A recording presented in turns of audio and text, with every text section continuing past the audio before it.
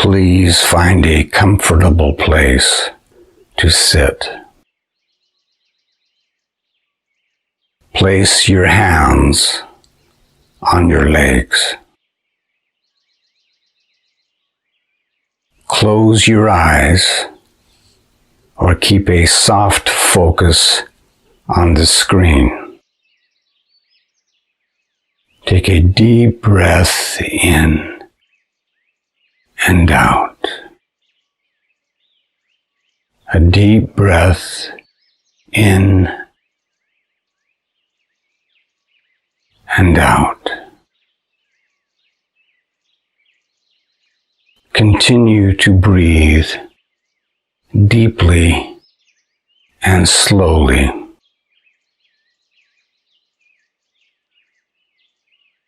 Feel relaxation flowing down from your head into your neck, into your shoulders,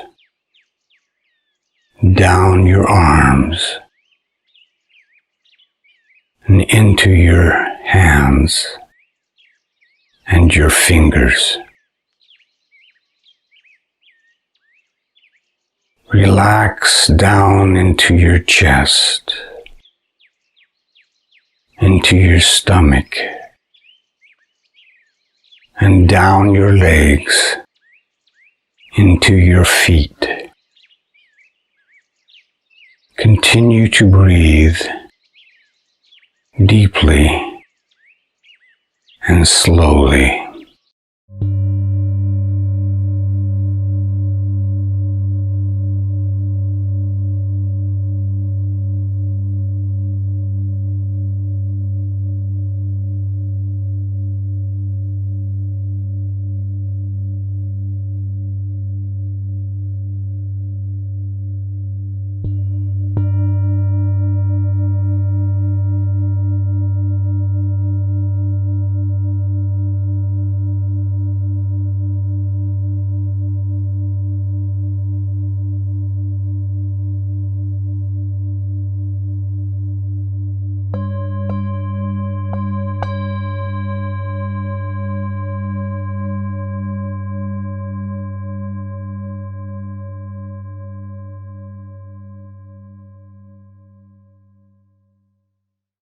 Okay.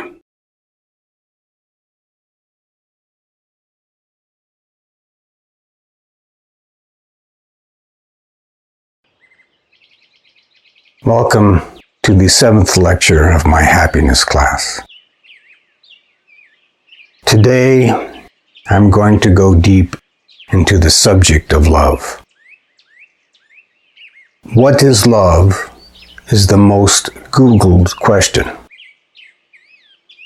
Apparently, that's the statistics of Google. What is love? Obviously, our concern with love goes very deep. Love is the main theme of poetry, songs, movies, literature, and drama. Our concern with love, of course, is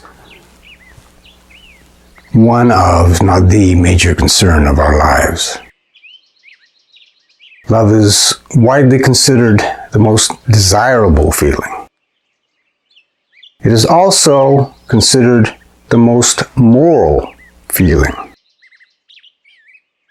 As Jesus says in the Bible, love the Lord thy God with all thy might, and thy neighbor as thyself. The message of love is considered a commandment for religious people. It is also considered the primary beneficial feeling for all of humankind in almost every philosophy.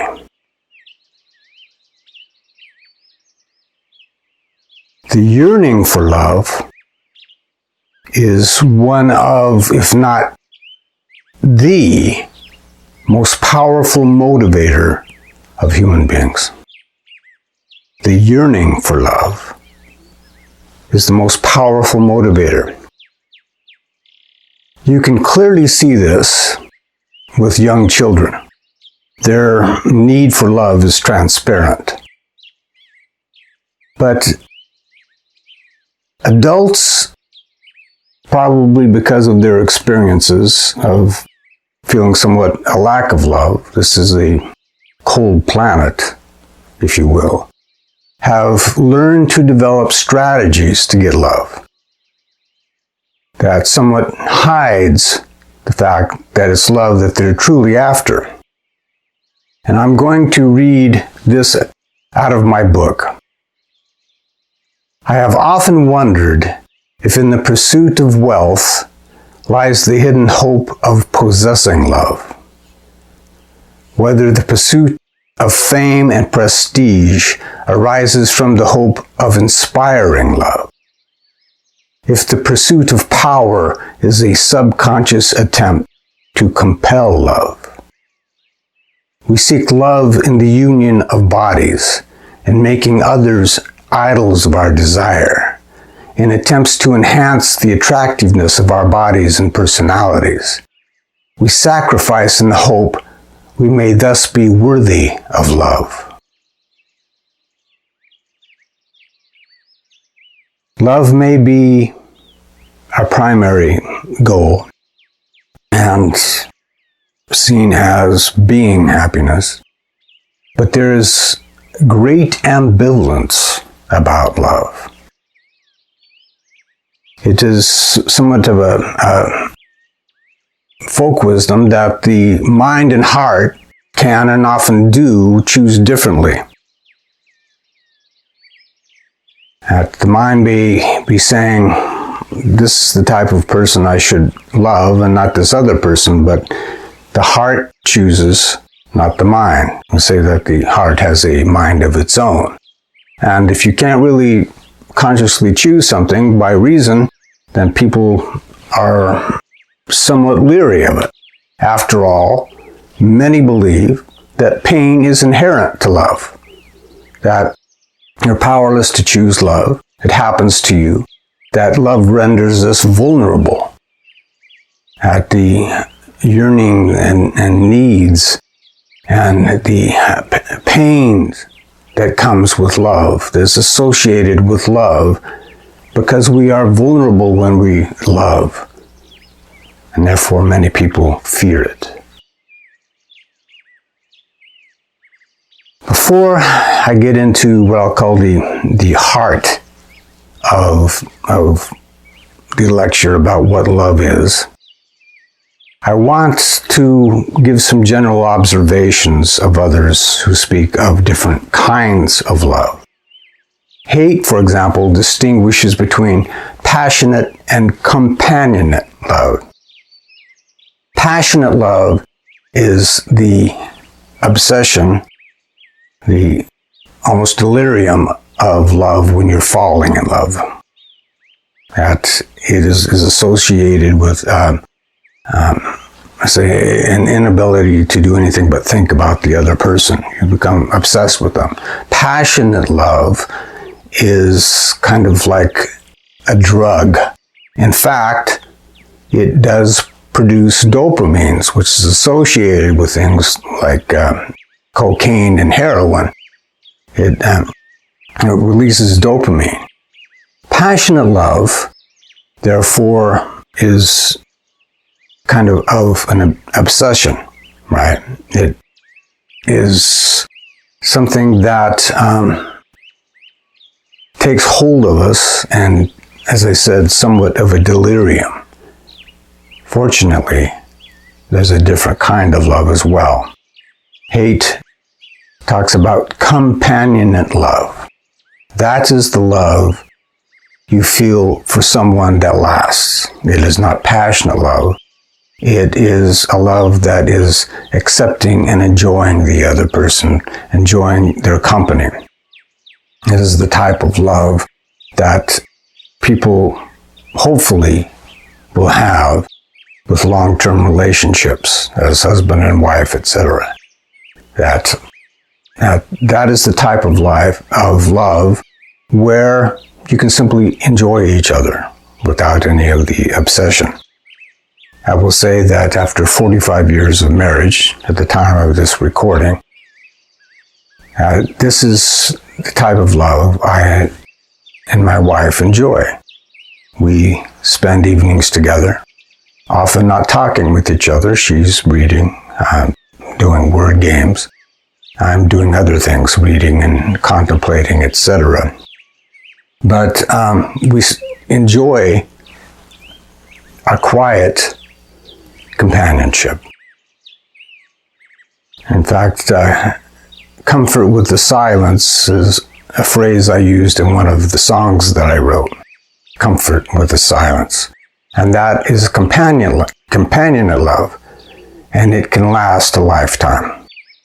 A love that you will feel for significant others, wife, family, friends, that can last a lifetime.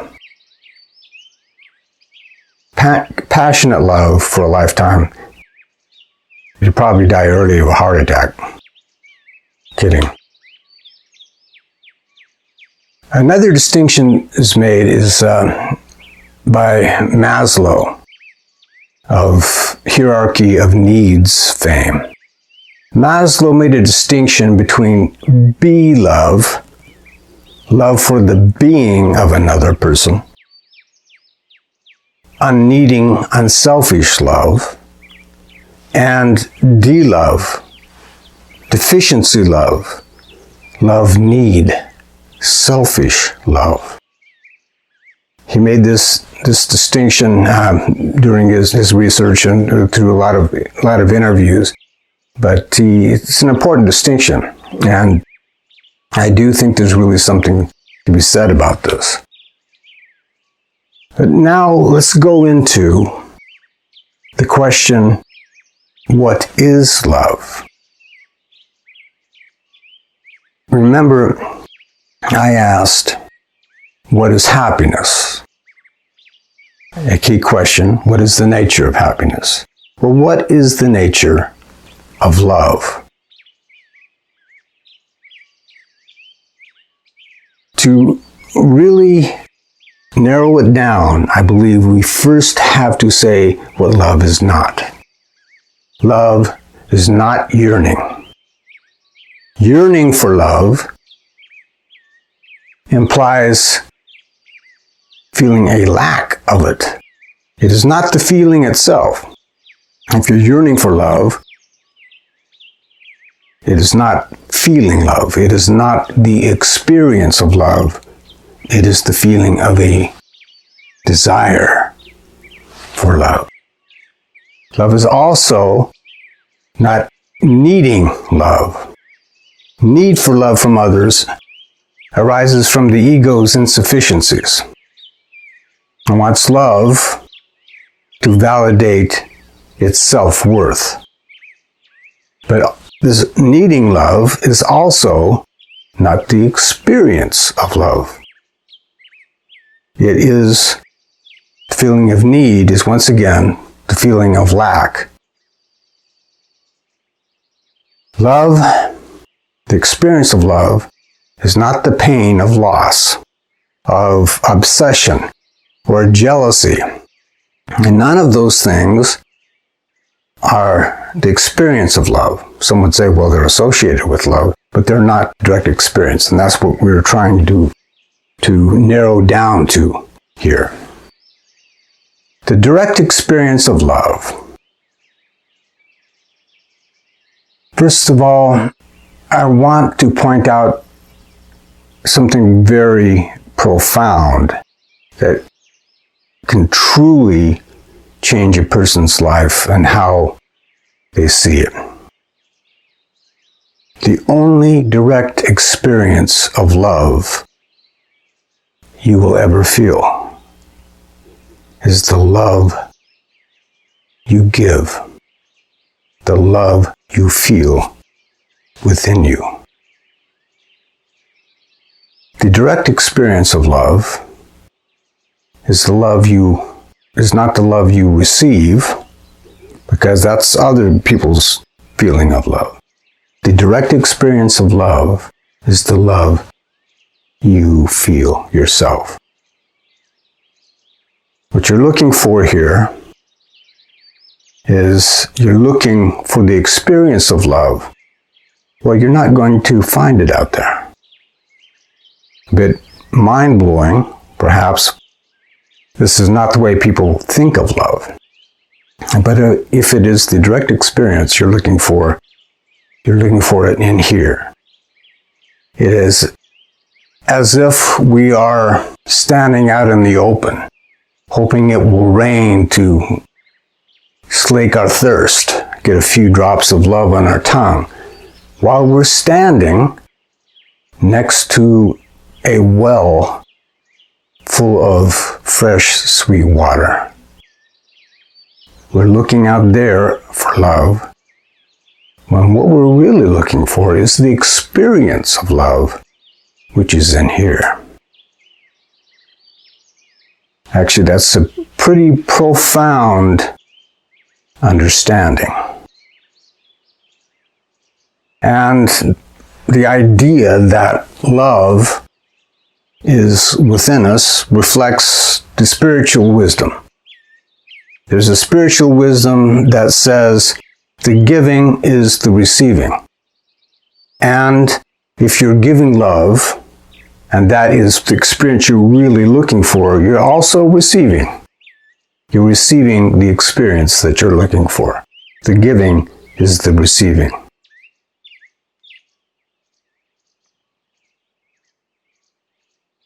I'm going to narrow down to what I think is the pure experience of love. And that means we're going to remove all the impurities, the yearnings, the needs, the obsessions, etc. Take those away. And what is left? When you remove the impurities, what is left of the experience?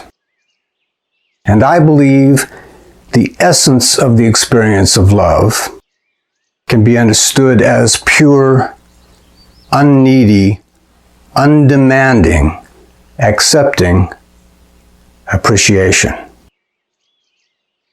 Now, I know what you're thinking. You're thinking, appreciation? That's a kind of a pale word for such a grand feeling, right? Appreciation. So here's my case. One meaning of appreciation is to increase in value. This is one of the reasons I use the word appreciation. Because I believe that love is the experience of valuing. The experience of valuing. And joy is perhaps the word best suited to describe what the experience of valuing is. We understand the word joy. It is the best way to describe it because valuing is the feeling of enjoying someone or something. In other words, I'm saying that appreciation is, in essence, enjoying what you appreciate. Whom or what you appreciate. Hence joy. Enjoyment, joy. I believe that is the essence of the experience of what we call love. And if you had pure love without any of the impediments, it would feel like pure enjoyment, pure joy, being the essence of the experience of love. We put a lot of conditions, usually, on our loving and our giving of love. But if you wanted to feel a pure experience of love, feel a keener enjoyment of the people when we delight in our experience of them as they are, then we don't put these conditions. If we enjoy them simply as they are, without having a wish of they were somehow different, they would change. If I could, if you just wear these different clothes or do something about your personality or stop eating with your left hand, whatever conditions we have, that when we Enjoy them as simply as they are, not as we wish they were or what we hope to get from them. That would be a keener enjoyment of them. And this simple enjoyment without condition. First of all, let me say that if you are putting conditions, I love you, but I wish you were somewhat different, as I said, make some change in yourself. It's not the person themselves that you are loving. You're loving your idea of the people. It's not the same thing. If you get rid of any conditions, you'll have a keener enjoyment. And we do actually experience this type of love. Quite often it's somewhat more difficult when we're talking about people, but we often feel an unconditional acceptance of what is in simply enjoying things. For example, you can enjoy a sunset, the laugh of a child, the affection of a pet, and the affectionate teasing of a friend, because it is easy to simply accept them as they are without wishing they were anything else. You don't place conditions on those type of appreciations, and therefore you have far more of an enjoyment of them because you don't place any conditions. And on a daily basis, there are many of these simple types of enjoyments, of appreciations that we experience. So we do know how it is to appreciate without condition. It's just somewhat more difficult when it comes to people.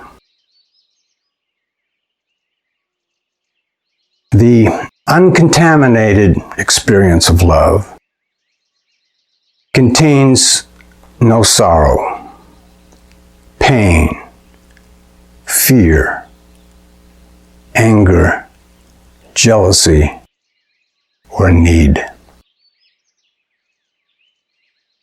It sees no wrong to be righted or provision to be made. Love undimmed perceives no need or lack, places no condition on the future, issues no call for completion, is unconstrained by fear. A state of mind without fear, lack, or condition implies the state of peace. Pure love of the appreciative type that I'm talking about is joy and peace. Those are attributes of love, joy and peace. And these are what you might call the biblical feelings that are talked about, that are often used in conjunction with each other. What we're truly aspiring for is pure joy and peace, and that is found in love. Found, I believe, in the experience of valuing. Love is its own reward. The more we love without condition, the more joy and peace we feel.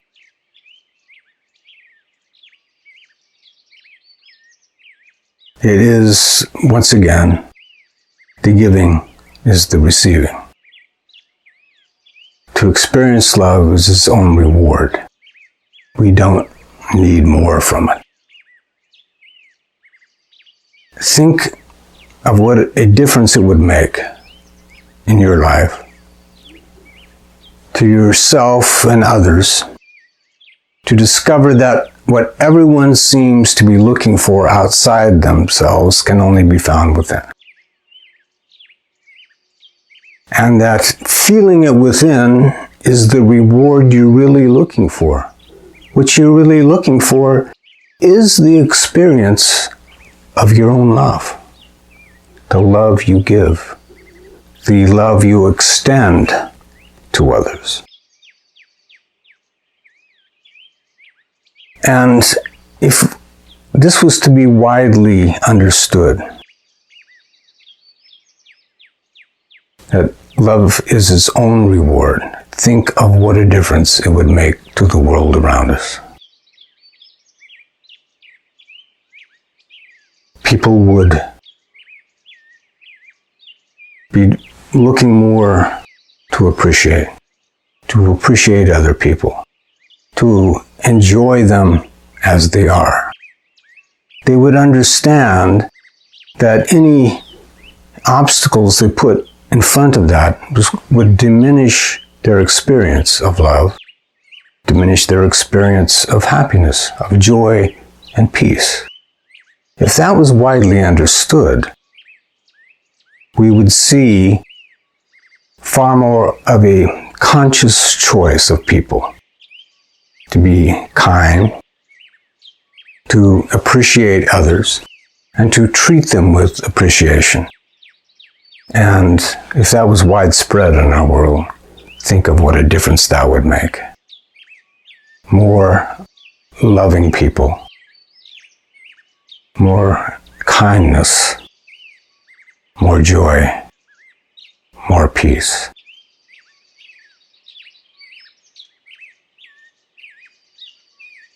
I spoke about the two categories of feelings.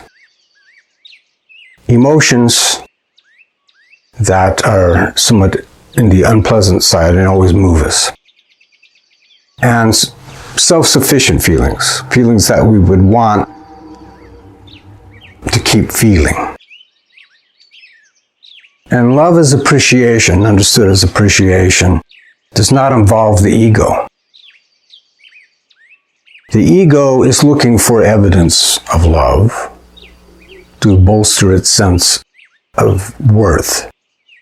But love is an extension of worth. It is a valuing. It does not feed the ego. It feeds your heart with joy and peace, but it doesn't feed the ego. Extending love is not based upon the need. Extending love is valuing outside. Therefore, the ego doesn't get anything from that. The heart gets something from that, but the ego doesn't. And appreciation is not the satisfaction of a desire. It does not need a previous pain, if you will, of wanting something to experience it. It is its own reward. It is self-sufficient in that sense.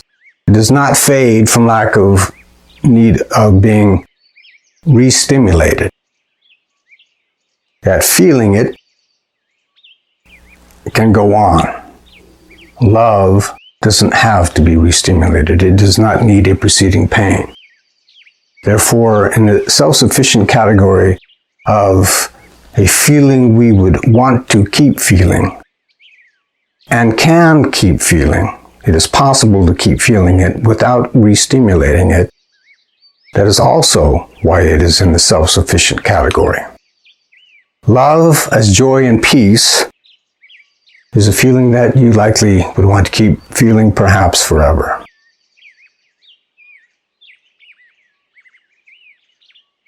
And so understood as love as appreciation, when you simply understand that love is appreciating people and things, you start to notice it in your own life. Because when you're talking about appreciation, it applies to many things that you enjoy. The first sip of coffee in the morning is love. The appreciation of sunlight coming through your window is love. The appreciation of a friend ribbing you is love. All the small things, the taste of food that you appreciate, the laughing at a joke. All those things are love. If love is appreciation. Small things, you would say, that perhaps does not fit with this grander idea of love. But if love is appreciation, we are experiencing it hopefully daily. Sometimes in many different ways. We never think of it like that. But if you think that we are experiencing love in these many small ways all through the day, you start to notice something. You start to become aware of how common the daily acts and expressions of people are about love.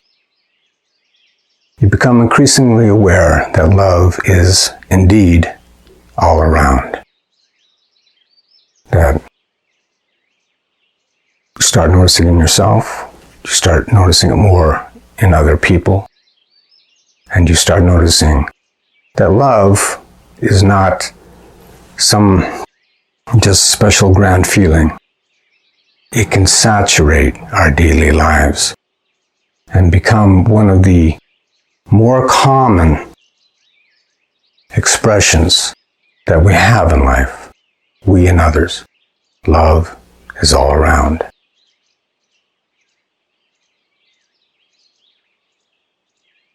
There's a word for love in the Bible that has been translated to mean love. That word is agape. Some of you will have heard of it. It's almost a biblical understanding of what love would be and what Jesus was talking about, agape. It is a biblical word for love because it's understood as an experience of unconditionally loving everyone and everything. You become love. Love is what you are, and you don't divide your experience into the love parts and the unloved parts. The entire experience is love. And many people have said they experienced this for a short period of time. They had a short experience of agape, and quite often they'll say it was just this quiet feeling that came over them, and it really felt blissful, really grand. Others talk about having this experience, a very intense experience of this, which I'm going to talk about in my next lecture. But this intense love of everyone and everything, the entire experience. And it can be very intense sometimes for some people. And so intense that it changes their life once they've had this experience. It's what they want to get back and feel. But if this is a blissful experience, the agape love of loving everyone and everything, it kind of changes how you might look at Christ's commandments to love. Many people will say, okay, that means that I have to really try to love because that's my ticket into heaven. I'm proving myself worthy to get into heaven. But if the experience is that blissful, then maybe what Jesus was talking about is not what the conditions are for getting into heaven. Agape could be the experience of heaven. The experience of heaven on earth. Usually, this would be my last lecture on the various types of feelings. But I've added a lecture so that students can see as a grander on top of the mountain types of experience that people have had, aspire to something far beyond what we call the normal experiences, the normal feelings we have here in our lives on earth. I want to go into this because if we're going to truly understand what we can aspire to in terms of happiness, we should know how high they might go and perhaps understand how far we can aspire.